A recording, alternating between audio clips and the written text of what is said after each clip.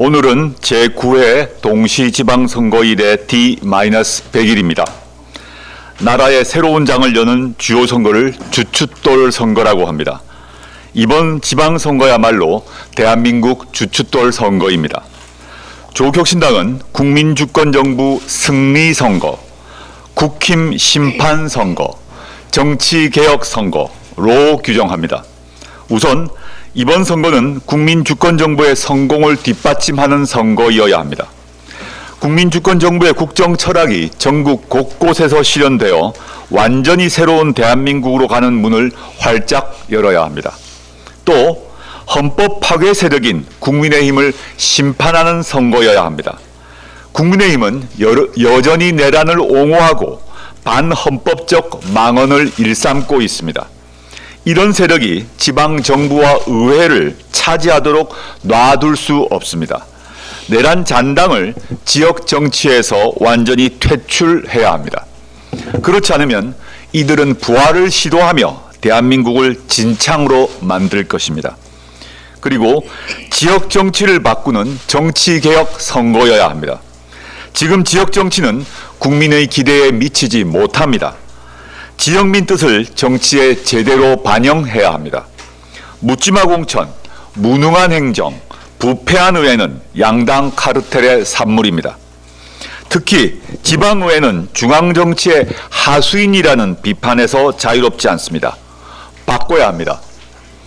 지역민이 뽑아준 효능감을 느낄 지역정치로 전면 재편해야 합니다. 조국혁신당은 선거를 앞두고 무거운 책임을 느낍니다. 혁신의 주춧돌을 놓는다는 각오로 세 가지를 약속합니다. 첫째, 내란구구 심판연합을 주도하겠습니다. 국민의힘 소속 후보가 광역단체장으로 당선되는 이는 없다라고 선언합니다. 민주당 및 개혁진보야당 시민사회 세력을 결집한 새로운 다수연합을 만들겠습니다. 전국 곳곳에서 몇 퍼센트, 몇천 표 차이로 승패가 갈립니다.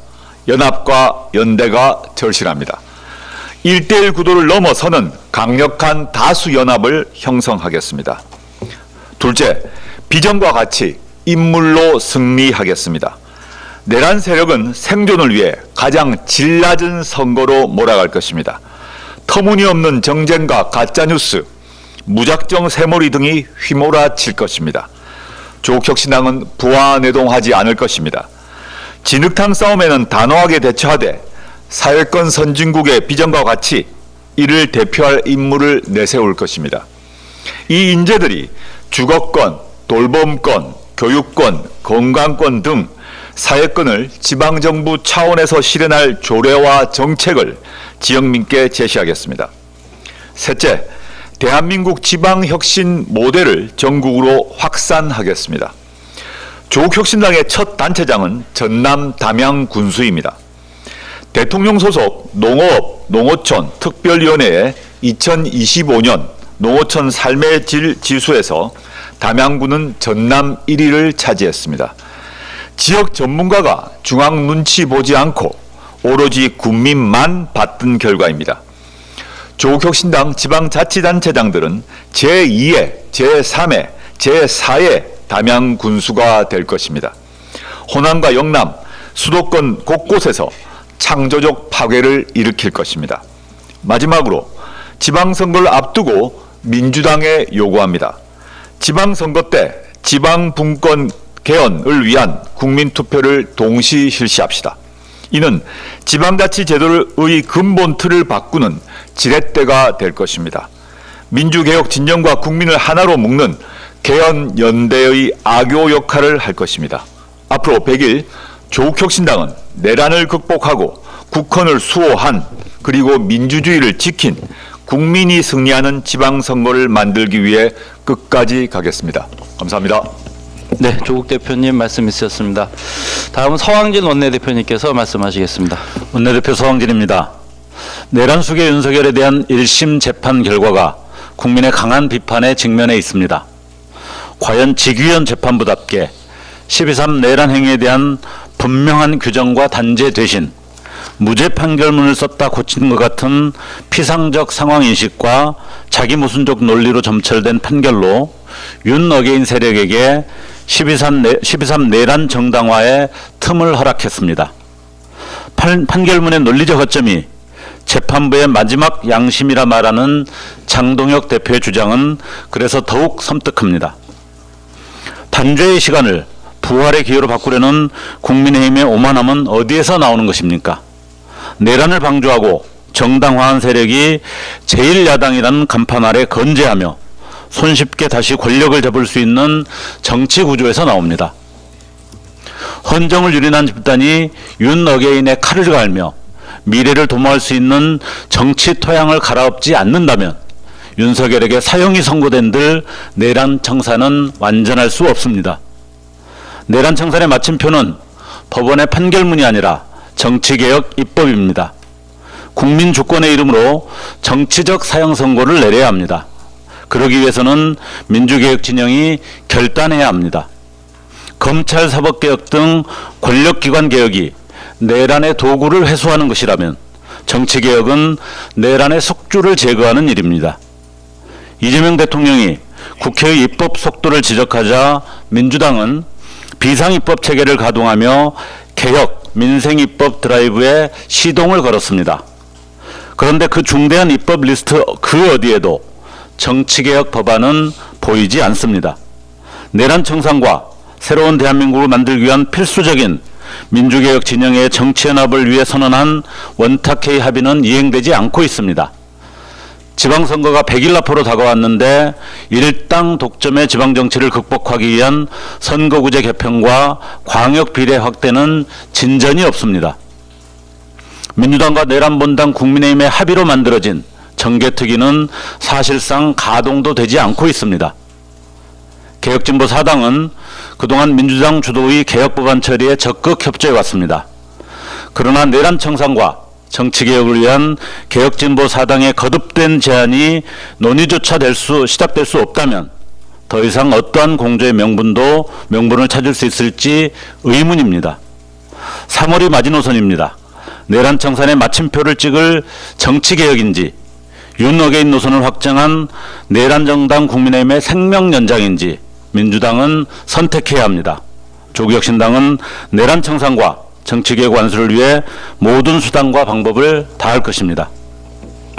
예, 서항전 원내대표님 말씀이었습니다. 다음은 신장식 최고위원님께서 발언해 주시겠습니다. 조국혁신당 국회의원 최고위원 신장식입니다. 국민의힘 장동혁 대표는 윤석열 내란 우두머리 1심 판결에 대해 계엄은 내란이 아니다. 윤 어게인 세력은 국힘으로 힘을 모아달라는 취지의 주장을 했습니다. 판결 불복입니다. 헌정 질서를 부정하는 사실상의 막가파식 내란 선동입니다. 당 안팎에서는 윤 어게인 절연을 압박합니다. 연목 구어입니다. 장동혁 대표 자신이 윤 어게인 본체이기 때문입니다. 마치 당 바깥 어딘가에 윤 어게인 세력이 따로 존재하는 것처럼 말하지만 이미 그 세력은 국민의힘의 주력뿐입니다. 윤 어게인 세력이 당의 중심이 된 이상 국힘은 더 이상 상식적 보수 정당이 아닙니다. 그들은 민주헌정 파괴 집단일 뿐입니다. 헌정 파괴 정당에게 남은 길은 오직 하나, 해산뿐입니다. 조국혁신당은 윤석열 내란 직후 법무부에 정당 해산 심판 청구 진정서를 제출했으며 작년 12월 4일에는 정당 해산 심판 청구 촉구 국회 결의안을 제출했습니다. 더 늦출 이유가 없습니다. 법무부와 민주당의 적극적인 행동을 촉구합니다. 한 말씀 더 드리겠습니다. 장동혁 대표가 윤석열 내란 재판에 불복한 날 국민의힘 이정현 공천관리위원장은 헌정 파괴 군부 독재자 박정희 전두환을 연상시키는 야상 점퍼를 입고 공개회의에 등장했습니다. 그는 그 복장으로 지방선거 후보들로 하여금 헌법 시험을 보게 하겠다고 했습니다. 쓴웃음 나오는 블랙 코미디입니다. 이정현 위원장 어떤 분입니까? 윤 어게인 거리 시위에 적극 참여하고 서부지법 폭력 주범들을 의병, 무명용사, 이순신이라고 추켜 세운 분입니다. 헌법재판소의 윤석열 탄핵 결정을 두고 헌법재판소가 아니라 완벽한 정치재판소라며 헌재 결정에 불복한 분입니다. 이런 분이 지방선거 출마자들에게 헌법 시험을 보게 하겠다고요? 속아 웃을 일입니다. 헌법을 부정하고 사법부를 흔들고 스스로 내란 동조 윤호계인 선동가인 자가 헌법을 입에 올리는 행위 자체가 헌법 모독입니다. 장동혁과 이정현 투톱을 앞세운 국민의힘 고쳐 쓸 수 있을까요? 불가능합니다. 해산이 답입니다. 해산에 시간이 걸린다면 다가오는 6.3 지방선거에서 대한민국 헌정질서를 부정하는 국민의힘을 통째로 드러내야 합니다. 국힘 제로야말로 대한민국 민주주의를 지키는 길입니다. 하기에 내란 세력 척결을 주장하는 모든 정당과 시민사회 세력의 강력한 연대와 단결은 단순한 선거 전략에 그치지 않습니다. 이는 의무이자 책임입니다. 더 강해진 키세스 우주연합군이 필요합니다. 민주당을 비롯한 민주개혁정당, 시민사회 진영 모두가 그 의무와 책임에 함께해 주실 것을 요청드립니다. 조국혁신당은 국힘 제로를 위한 연대와 단결 앞에 작은 계산 따위 하지 않겠습니다. 국민과 함께 직진할 따름입니다. 감사합니다. 네, 신장식 최고위원 발언 있었습니다. 다음은 정춘생 최고위원님께서 말씀해 주시겠습니다. 네, 최고위원 정춘생입니다. 민주당에 호소합니다. 빛의 광장에서 연대한 시민을 배신하지 마십시오.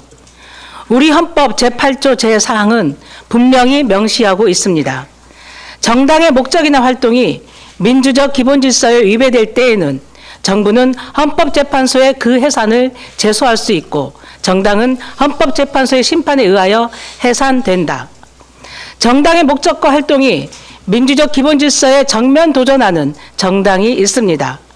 당명조차 부조리한 국민의힘입니다. 국민의힘 장동혁 대표가 내란 속의 윤석열 무기징역 선고에 대해 아직 1심일 뿐이며 무죄 추정의 원칙이 적용돼야 한다고 했습니다. 전 국민이 실시간으로 군병력이 국회를 침탈하는 장면을 목격했습니다. 전 국민이 위헌 위법적 내란의 증인입니다. 어디에 무죄 추정의 원칙을 갖다 붙입니까? 스스로 내란 정당, 위헌 정당임을 선언한 것입니다. 국민의힘은 내란 속의 윤석열을 배출했다는 정치적 책임을 넘어 비상계엄 해제 의결을 방해하기까지 했습니다. 윤석열과 절연하지 못하고 내란 자체도 인정하지 않는 것은 국민의힘이 내란 그 자체이며 내란의 본진임을 자백하는 셈입니다. 헌정질서를 파괴한 내란범과 한몸을 이루는 정당은 민주법치 국가에서 설 자리가 없습니다. 조국혁신당은 작년 1월과 7월 두 차례에 걸쳐 국민의힘 위헌정당 해산 심판 청구 진정서를 법무부에 제출했습니다. 작년 12월에는 정당 해산 심판 청구 촉구 결의안도 당론으로 발의한 바 있습니다.